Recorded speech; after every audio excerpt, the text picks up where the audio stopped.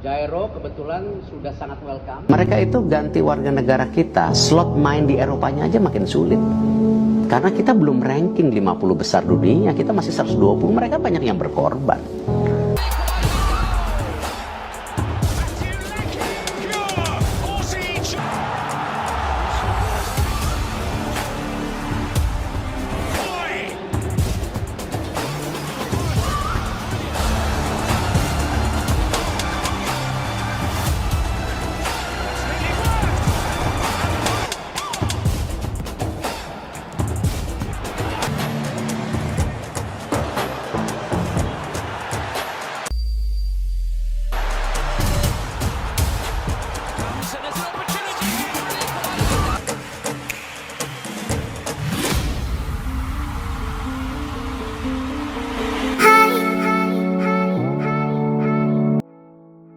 Dokumen Jairo Riedewald ditemukan PSSI. Profil pemain keturunan Indonesia yang dikaitkan dengan Timnas Garuda, Jairo Riedewald adalah pemain sepak bola profesional kelahiran Belanda 9 September 1996 yang memiliki darah Indonesia dari ibunya yang berketurunan Belanda Ambon. Ayahnya berasal dari Suriname. Pemain berposisi gelandang bertahan, bek tengah ini pernah membela klub-klub top Eropa seperti Ajax Amsterdam, Crystal Palace, dan kini bermain untuk Royal Antwerp di Liga Belgia. Karier klub dan prestasi, Ajax Amsterdam 2014-2017, meraih gelar Eredivisie dan runner-up UEFA Europa League. Crystal Palace 2017-2024, tampil 96 kali dengan 3 gol dan 1 assist. Royal Antwerp 2024 sekarang. Kontraknya terancam tidak diperpanjang akibat cedera dan performa kurang memuaskan. Kaitan dengan Timnas Indonesia, regulasi FIFA. Meski pernah 3 kali membela Timnas Belanda senior kualifikasi Euro 2016, ia masih memenuhi syarat untuk pindah federasi ke Indonesia karena caps-nya didapat sebelum usia 21 tahun. Bukan pertandingan resmi level A, Piala Dunia, Piala Eropa. Minat PSSI. Nah, Jairo kebetulan sudah sangat welcome. Pelatih Patrick Kluivert secara terbuka menyatakan keinginannya untuk menaturalisasi Riedewald guna memperkuat lini tengah Timnas Indonesia. Potensi kontribusi untuk Timnas pengalaman Eropa, bekal bermain di Liga Premier dan Eredivisie bisa meningkatkan kualitas pertahanan Garuda.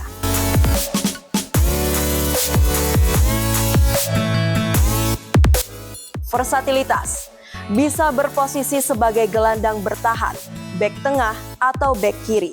Proses naturalisasi tertunda hingga minimal Juni 2025 akibat kendala administratif.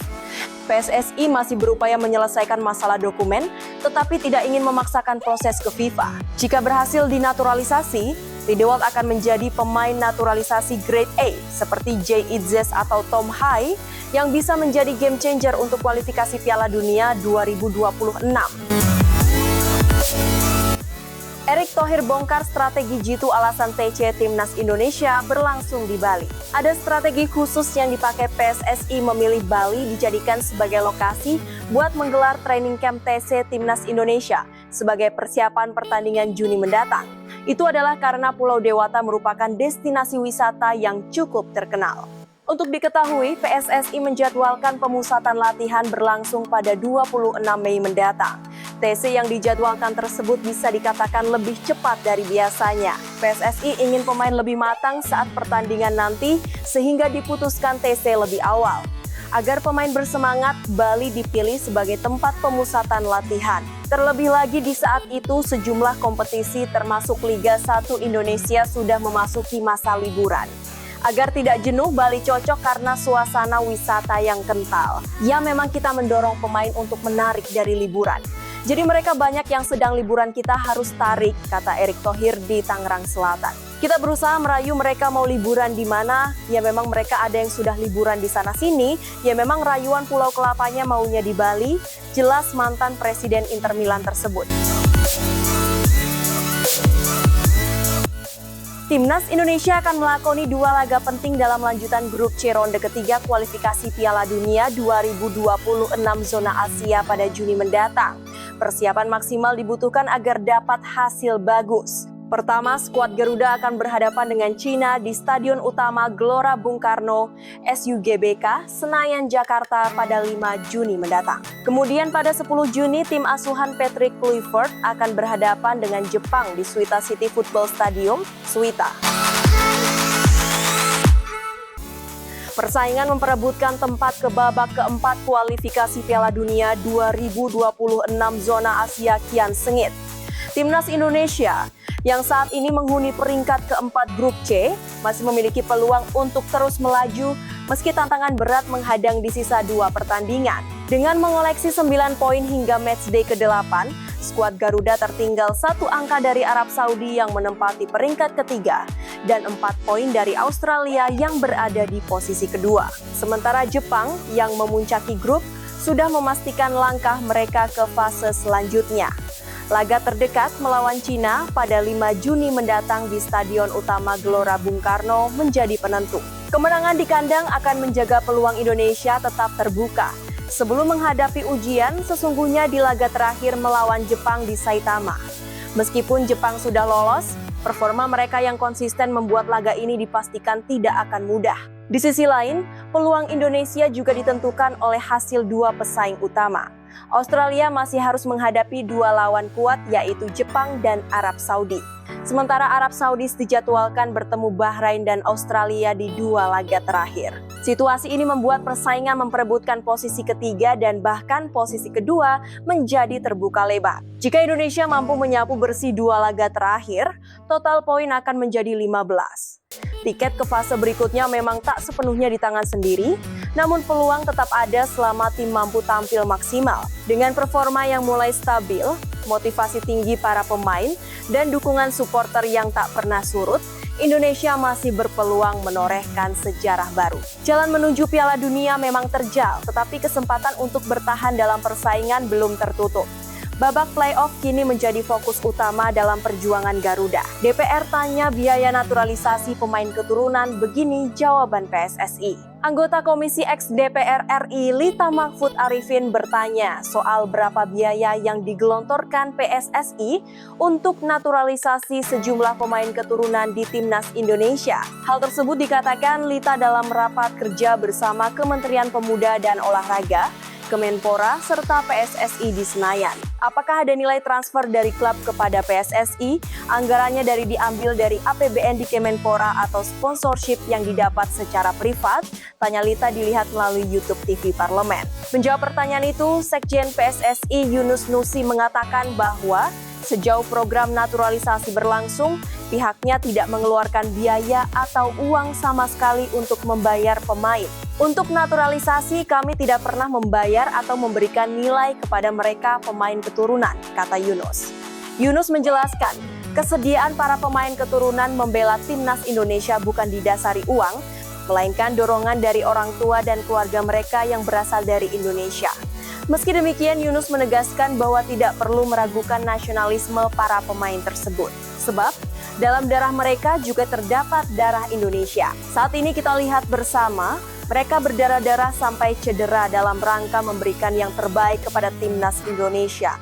Imbuhnya, Yunus mengungkap bagi sebagian besar pemain keturunan dapat membela Timnas Indonesia sudah merupakan pencapaian dan kebanggaan tersendiri yang tak ternilai harganya. Sampai saat ini kami tidak pernah memberikan nilai apapun kepada mereka.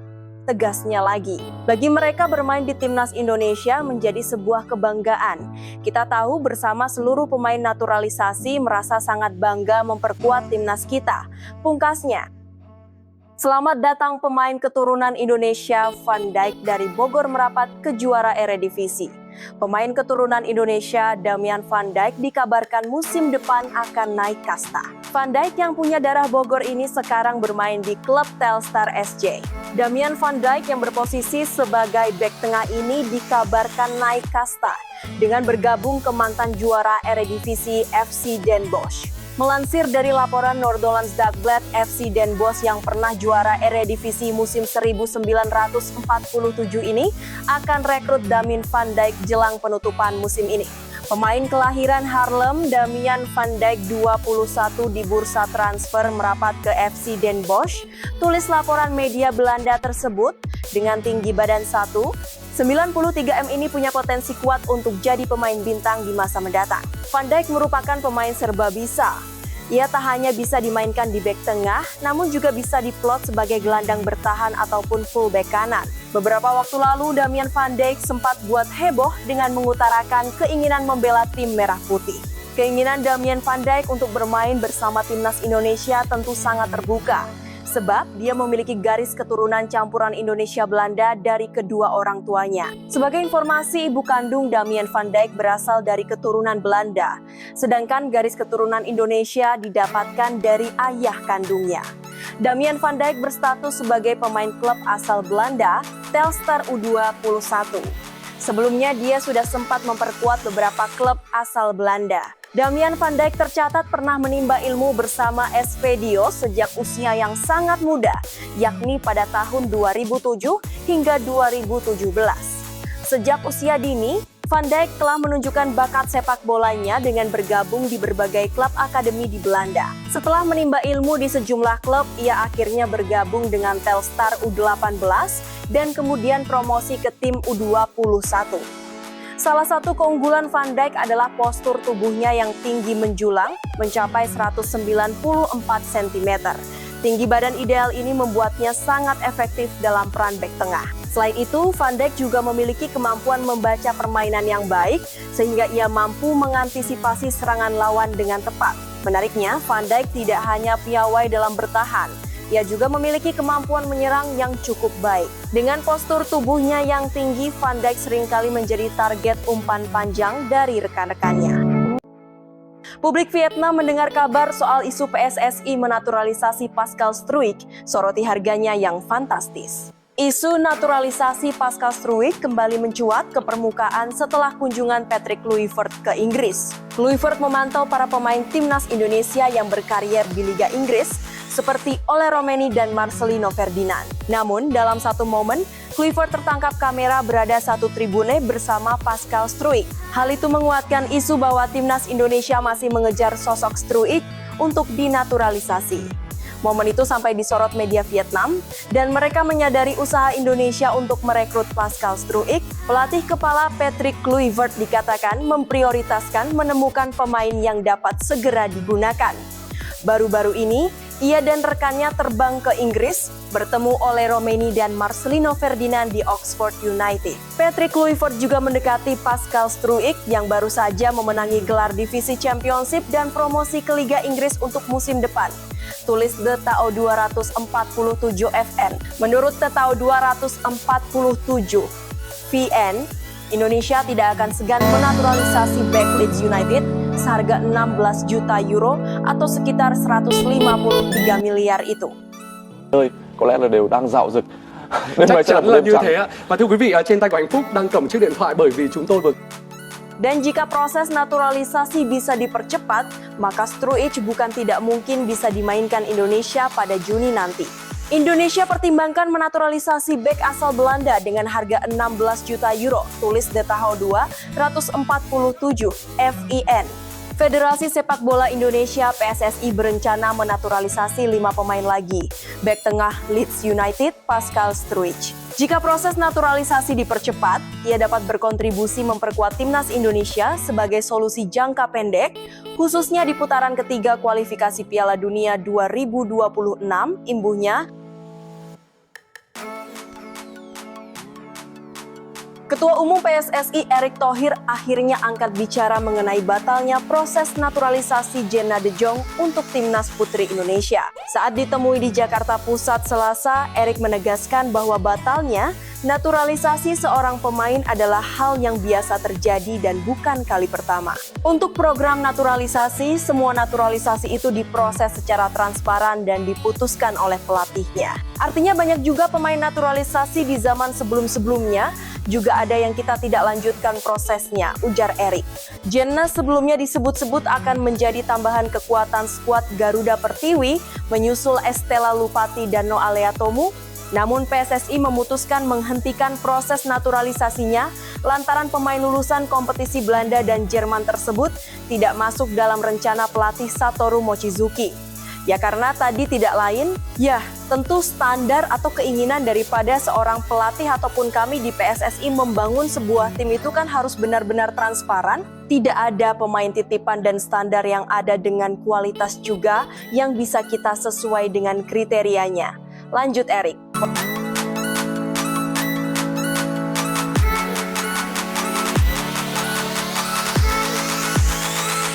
Polemik ini mencuat setelah Jenna mengunggah pernyataan di akun Instagram pribadinya. Dalam unggahannya, ia mengaku mengundurkan diri dari proses menjadi warga negara Indonesia karena merasa diperlakukan sangat tidak profesional oleh PSSI. Semua ini membuat saya memutuskan untuk tidak lagi bermain untuk Indonesia. Saya tahu harga diri saya sebagai pribadi dan juga sebagai pemain, jadi ini adalah pilihan yang sudah dipertimbangkan dengan matang, tulis Jenna yang kini berusia 19 tahun. Timnas Putri Indonesia saat ini tengah menyongsong ajang kualifikasi Piala Asia 2026 yang akan berputar pada Juni 2025 mendatang.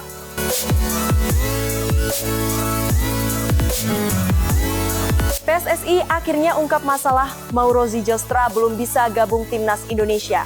Mauro Zijlstra masih membutuhkan waktu untuk bisa bergabung ke Timnas Indonesia. Mauro sebenarnya memiliki pengalaman yang apik dan saat ini berkarir untuk tim Volendam U21 dengan posisi sebagai striker.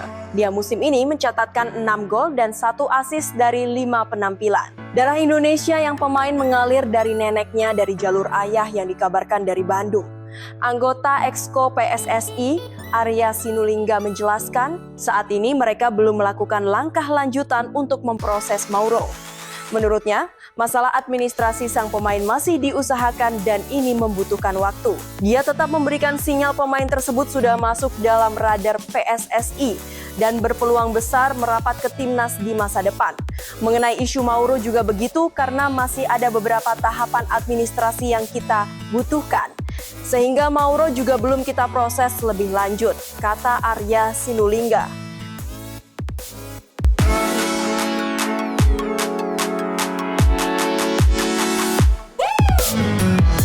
PSSI sebenarnya tertarik untuk bisa mendapatkan Mauro dan mempertebal kedalaman skuad Garuda. Apalagi untuk sektor depan hanya oleh Romeni yang jadi andalan utama. Karena beberapa pemain belum menunjukkan konsistensi. Dia juga bisa jadi aset masa depan timnas saat karirnya bisa semakin cemerlang di masa depan. Semua pihak diharapkan bisa menunggu karena PSSI sedang merencanakan sesuatu untuk Mauro. Mudah-mudahan nanti setelah langkah-langkah yang kita kerjakan bersama Mauro ada proses yang bisa kita lakukan untuk pemain yang satu ini, terangnya. Ketum PSSI Erick Thohir merespons kabar Emiliano Jonathans akan dinaturalisasi. Untuk sementara ini indikasinya belum mengarah untuk naturalisasi. Emiliano Jonathans adalah pemain keturunan Indonesia di Belanda yang dikabarkan berasal dari Depok. Saat ini ia memperkuat klub Eredivisie FC Utrecht. Adapun kabar naturalisasinya mencuat sejak tahun lalu ketika ia diketahui punya garis keturunan Belanda Depok. Kabar semakin menguat seiring kedatangan ayahnya ke Indonesia saat ini. Een telefoontje gehad van de bondscoach van Indonesië. Ja, we hebben gewoon contact, zeg maar. En het is nog, ik heb die ook. Saya tidak bisa komentar sebelum prosesnya terjadi. Saya juga tidak bisa komen mana pemain dipilih atau tidak, karena itu kan prosesnya masing-masing, kata Erick Thohir dalam keterangannya. Yang pasti saya tidak mau pembentukan timnas itu ada pemain titipan karena itu yang merusak dari strata pembinaan secara nasional.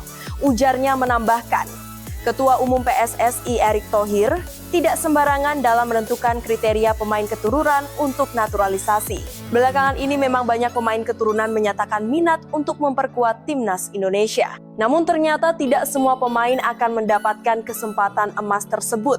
Erick Thohir dengan tegas menyampaikan bahwa PSSI hanya akan melakukan naturalisasi bagi pemain yang memiliki kualitas tinggi. Pemain juga harus sesuai dengan kebutuhan dan keinginan dari pelatih. Untuk program naturalisasi, semua naturalisasi itu diproses secara transparan dan diputuskan oleh pelatihnya, ujar Erick Thohir dalam keterangan resminya.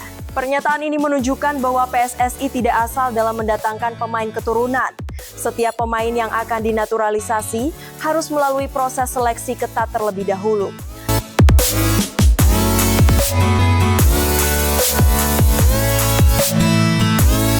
Dalam beberapa tahun terakhir, Timnas Indonesia memang gencar mendatangkan pemain keturunan untuk meningkatkan kualitas skuad Garuda.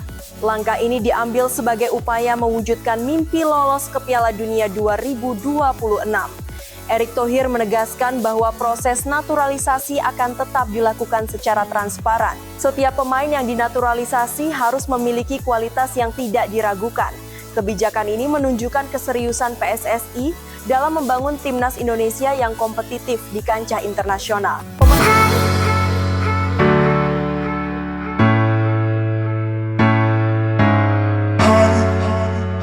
Gelombang naturalisasi timnas Indonesia berlanjut pengamat bisa menambah kedalaman tim dan memperkaya game plan.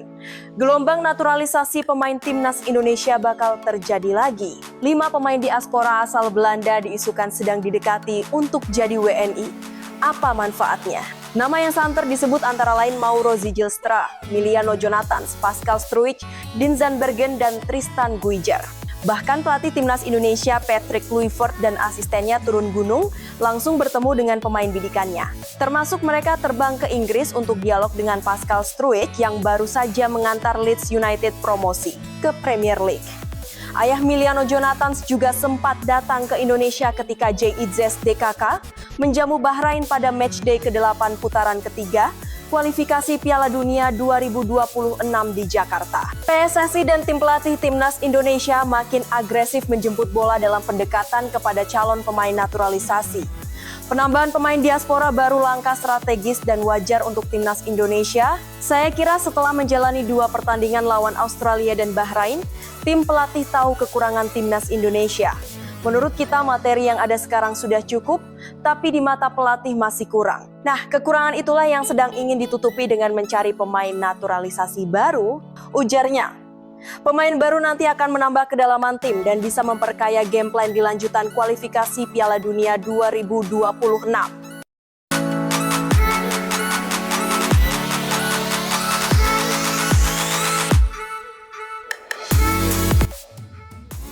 Calon naturalisasi itu 2 posisi bek dan sisanya bernaluri serang. Tampaknya saat ini 2 sektor itu yang ingin diperkuat oleh Patrick Kluivert. Pemain baru ini menambah kekuatan timnas Indonesia di putaran ketiga atau nanti jika harus bersaing di fase keempat untuk lolos ke Piala Dunia 2026, ucapnya. Dengan masuknya pemain naturalisasi nanti, Patrick Kluivert bisa punya variasi permainan lebih banyak lagi. Di era Shin Tae-yong materi pemain terbatas, sehingga variasi permainan cenderung monoton karena Shin Tae-yong fokus di pertahanan. Tapi berikutnya Patrick Kluivert bisa improvisasi lebih baik karena kedalaman tim mulai bagus.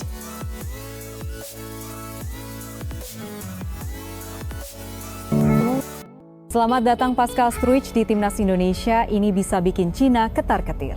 Atmosfer panas mulai terasa menjelang laga penentuan antara Timnas Indonesia melawan Cina pada 5 Juni 2025 mendatang dalam lanjutan grup C kualifikasi Piala Dunia 2026 zona Asia. Pertandingan krusial ini akan digelar di Stadion Utama Gelora Bung Karno, Jakarta, dan diprediksi menjadi salah satu laga paling menentukan nasib 2 tim yang kini berada dalam tekanan besar. Timnas Indonesia saat ini menempati posisi keempat klasemen sementara grup C dengan koleksi 9 poin hasil dari 8 pertandingan. Posisi ini masih cukup menjanjikan untuk menjaga peluang lolos ke babak selanjutnya.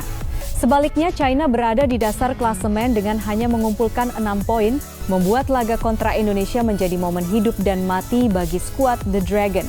Menambah bumbu panas laga ini, rumor bergabungnya pemain berdarah Indonesia, Pascal Struijk, ke dalam skuad Garuda semakin ramai dibicarakan. Bek tengah yang bermain untuk klub Inggris Leeds United ini tengah menjadi sorotan media, tak hanya di Indonesia, tetapi juga di China dan Belanda. Struijk, yang memiliki darah keturunan Indonesia dari garis kakek neneknya yang berasal dari Surabaya, disebut-sebut siap menjalani proses naturalisasi untuk